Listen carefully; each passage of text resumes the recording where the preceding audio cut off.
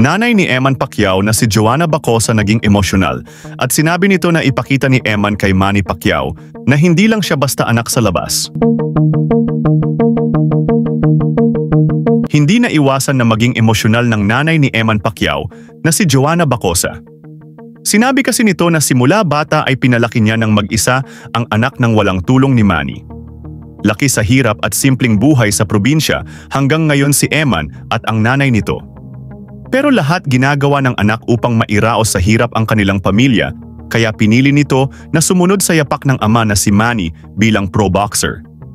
Kaya walang bahid ng pagtulong mula kay Manny ang hirap ng pagpapalaki niya sa kaniyang anak. Si Sultan ang bagong tumatayong bilang ama kay Eman ngayon at 5 silang magkakapatid at panganay si Eman. Sinabi ng nanay ni Eman na ipakita ng kaniyang anak na si Eman na hindi lang siya basta anak sa labas. Marami kasing lumalabas na video na habang naglalambing si Eman kay Manny ay tila parang na-awkward si Manny at ayaw ni Eman na gawin yun. Kaya ikinumpara ng madaming netizens na kung saan sa mga anak ni Manny kay Jinky Pacquiao ay palagi niya itong niyayakap at hinahalikan.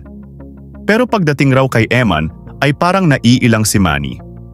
Kaya madaming nagsasabi na ibang-iba ang trato kay Eman bilang anak sa labas. Kaya sigaw ng madaming netizens na ipakita ni Eman ang kaniyang kakayahan na maging susunod na pambansang kamao upang matanggap siya bilang isa din sa anak ni Manny.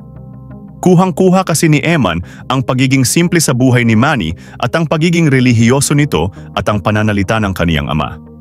Darating din ang araw na buong-buo siyang matatanggap ni Manny bilang anak at hindi na bilang anak sa labas. Yun lamang po, ano ang masasabi mo sa balitang ito, comment mo sa ibaba. Huwag kakalimutan i-like ang video na ito. Maraming salamat po sa panunood.